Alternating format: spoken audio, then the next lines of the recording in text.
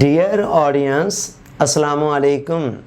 صحیح مسلم میں حضرت صہیب رضی اللہ تعالی عنہ سے مروی ہے کہ حضور علیہ السلام نے فرمایا آجا بل امر المومن ان امرہ کلہ لہ خیر ولیس ذالک لأحد الا للمومن۔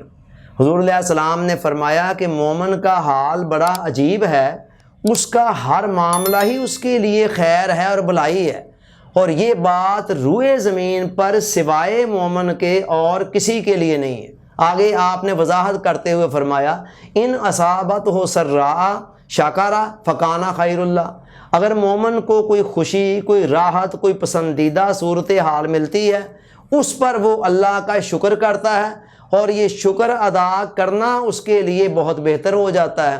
وَإِنْ أَصَابَتْهُ ضَرَّاء صَبَرَ فَكَانَ خَيْرُ اللَّهِ، اور اگر اس کو کوئی تکلیف، کوئی دکھ، کوئی مصیبت پہنچتی ہے تو وہ کیا کرتا ہے؟ اس پر وہ صبر کرتا ہے، اور یہ صبر کرنا اس کے لیے خیر اور بھلائی کے حصول کا ذریعہ بن جاتا ہے۔ اس حدیث مبارکہ میں جو پیغام دیا گیا ہے، جو سبق دیا گیا ہے، اگر اسے ذہن نشین کر لیا جائے تو انسان 24 گھنٹے کا عبادت گزار بن سکتا ہے۔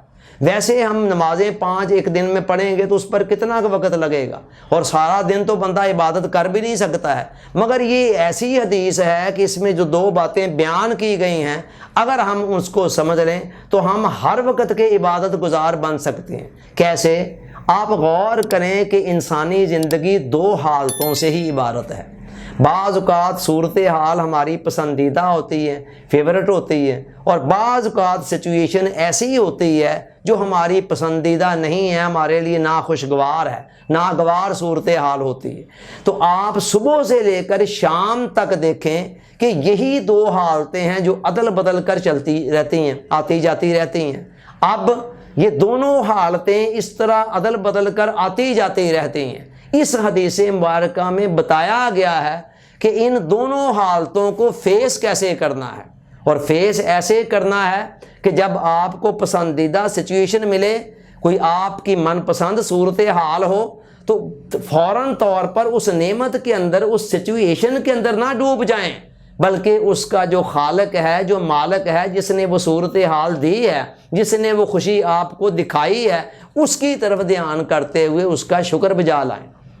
تو یہ چیز آپ کے لیے بہتر ہو جائے گی، اللہ تعالیٰ کے آپ مزید قریب ہو جائیں گے، آپ نعمت کو بھی استعمال کر رہے ہیں، خوشی کو بھی انجوائے کر رہے ہیں، اور ساتھ ساتھ عبادت بھی کر رہے ہیں۔ یہ اعلیٰ درجے کی عبادت ہے، شکر۔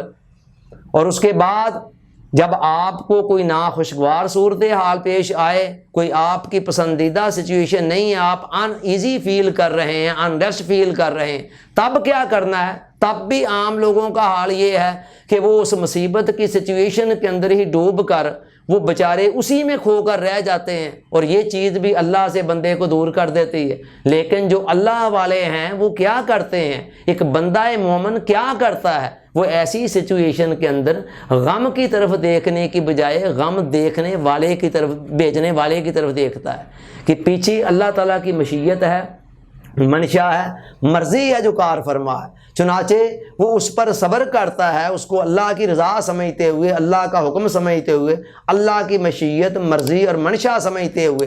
اور یہ جو صبر کرنا ہے یہ بھی کمال کے درجے کی عبادت ہے۔ قرآن نے یہاں تک کہا انما یوفی الصابرون اجرہم بغیر حساب، ہم صبر کرنے والوں کو جو اجر دیتے ہیں، جو ثواب دیتے ہیں، جو بدلہ دیتے ہیں، وہ بغیر حساب کے دیتے ہیں، ہم سارے پیمانے ختم کر دیتے ہیں۔ چنانچہ حضرت واصف علی واصف رحمۃ اللہ علیہ فرماتے ہیں کہ غم ہو یا خوشی، دونوں ہی اللہ والوں کو اللہ کے اور قریب کر دیتے ہیں۔ خوشی ملی ہے تو وہ شکر کر کے اللہ کے مزید قریب ہو جاتے ہیں، اور غم ملا ہے تو وہ اس پر صبر کر کے اللہ کے اور قریب ہو جاتے ہیں۔ لیکن اس کے برعکس عام بندہ خوشی ملتی ہے تو خوشی کے اندر ڈوب جاتا ہے، اور ڈوب کر اللہ کو بھول جاتا ہے، بعض اوقات اسی نعمت کو، اسی خوشی کو اللہ کی نافرمانی میں استعمال کرنا شروع کر دیتا ہے۔ اور اسی طرح غم ملتا ہے تو غم کے اندر بھی کئی ایسی حرکات و سکنات شروع کر دیتا ہے، بے صبری کا مظاہرہ کرتے ہوئے، جو اللہ کو پسند نہیں ہوتی ہیں۔ نتیجہ کیا نکلتا ہے؟ دونوں سچویشنز ہی اس کے لیے مزید نقصان کا باعث بن جاتی ہیں۔ اگر اس فلسفے کو سمجھ لیا جائے صبر اور شکر کے، تو انسان کو خوشی اور غمی ایک ہی تصویر کے 2 رخ نظر آتے ہیں، اور وہ سمجھتا ہے دونوں میں ہی میرے لیے خیر ہے، بہتری ہے اور بھلائی ہے، اور وہ دونوں کو ہی ایک موقع سمجھ کر کیش کراتا ہے۔